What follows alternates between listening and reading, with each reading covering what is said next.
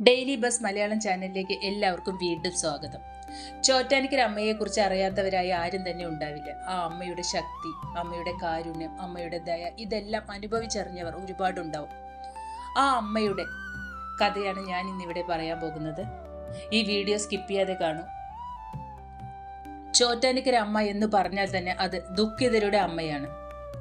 കേരളത്തിലെ എറണാകുളം ജില്ലയിൽ ശാന്തമായ പ്രകൃതിയാൽ ചുറ്റപ്പെട്ട ഒരു സ്ഥലമാണ് ചോറ്റാനിക്കര. ഇവിടെ വസിക്കുന്ന ദേവി സാധാരണ ദേവിയല്ല. ദുഃഖിതരുടെ അമ്മ, ചിത്തഭ്രമം മാറ്റുന്ന അമ്മ, കരുണയുടെ അമ്മ എന്നാണ് ഭക്തർ സ്നേഹപൂർവ്വം നമ്മുടെ ചോറ്റാനിക്കര അമ്മയെ വിളിക്കാറുള്ളത്. വളരെ പഴയ കാലം ചോറ്റാനിക്കര ഒരു ചെറിയ ഗ്രാമം മാത്രമായിരുന്ന സമയം അവിടെ ഒരു ബ്രാഹ്മണ കുടുംബം താമസിച്ചിരുന്നു. അവരുടെ വീട്ടിൽ ഒരു ചെറിയ ദേവി വിഗ്രഹം ഉണ്ടായിരുന്നു. ആ വിഗ്രഹത്തെ അവർ ദിവസവും വളരെ സ്നേഹത്തോടെ, സന്തോഷത്തോടെ, ഭക്തിയോടെ പൂജിച്ചിരുന്നു. ഒരു ദിവസം രാത്രി ആ കുടുംബത്തിലെ ഗൃഹനാഥന് ഒരു അത്ഭുത സ്വപ്നം കണ്ടു. സ്വപ്നത്തിൽ ഒരു ദേവി രൂപം പ്രത്യക്ഷപ്പെട്ടു. എന്നിട്ട് ആ ദേവി ഇങ്ങനെ പറഞ്ഞു: എനിക്ക് ഈ സ്ഥലത്ത് സ്ഥിരമായി താമസിക്കണം. എനിക്ക് ഇവിടെ ഒരു ക്ഷേത്രം വേണം. അടുത്ത ദിവസം ആ ഗൃഹനാഥൻ കണ്ട സ്വപ്നം ആരോടും പറഞ്ഞില്ല. പക്ഷെ അതേ സ്വപ്നം വീട്ടിലെ മറ്റുള്ള ആളുകളും കണ്ടു. അപ്പോൾ എല്ലാവർക്കും മനസ്സിലായി, ഇത് സാധാരണ സ്വപ്നമല്ല, അമ്മയുടെ ആഗ്രഹമാണ്. അങ്ങനെ അവർ ഗ്രാമവാസികളോട് കാര്യം പറഞ്ഞു.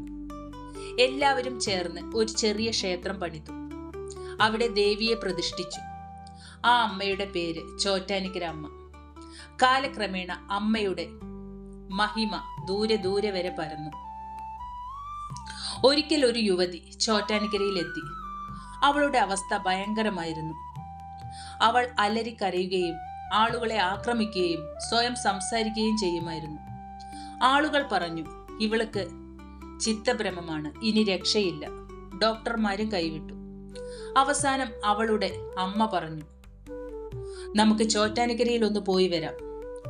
അമ്മേ, ലോകം കൈവിട്ടാലും ചോറ്റാനിക്കര അമ്മ എന്നെ കൈവിടില്ല എന്ന ഉറച്ച വിശ്വാസത്തോടെ അമ്മ ആ മകളെയും കൂട്ടി ചോറ്റാനിക്കരയിൽ വന്നു.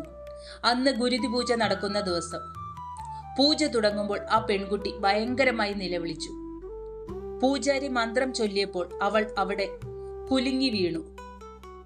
ഒരുപാട് ഒച്ചയിൽ സംസാരിച്ചു. കുറച്ചു സമയം കഴിഞ്ഞപ്പോൾ പെട്ടെന്ന് അവൾ ശാന്തമായി. അവളുടെ കണ്ണുകളിൽ ഒരു മാറ്റം. അവൾ അവളുടെ അമ്മയെ നോക്കി പറഞ്ഞു, അമ്മേ, എനിക്കിപ്പോൾ സുഖമാണ്. ആ പെൺകുട്ടി പൂർണ്ണമായി സുഖപ്പെട്ടു. അവൾ വീണ്ടും സാധാരണ ജീവിതത്തിലേക്ക് മടങ്ങി. അന്ന് മുതൽ ജനങ്ങൾ ഉറപ്പിച്ചു, ചോറ്റാനിക്കര അമ്മ ചിത്തഭ്രമം മാറ്റുന്ന അമ്മയാണ്, ദൈവമാണ്. ഇന്നും നടക്കുന്ന അത്ഭുതങ്ങൾ. ഇന്നും രാജ്യത്തിന്റെ പല ഭാഗങ്ങളിൽ നിന്നുള്ള ആളുകൾ ഇവിടെ എത്തുന്നു.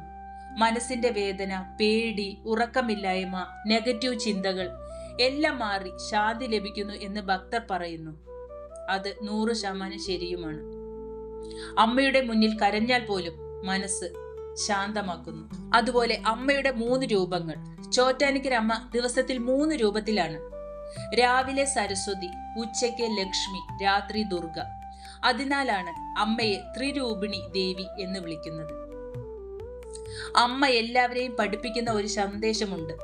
അതാണ്, അമ്മ ഭയപ്പെടുത്തുന്ന ദൈവമല്ല, അമ്മ ശിക്ഷിക്കുന്ന ദൈവമല്ല, അമ്മ കരുണയുടെ രൂപമാണ്. ശുദ്ധമായ മനസ്സോടെ അമ്മയെ വിളിച്ചാൽ അമ്മ കേൾക്കും.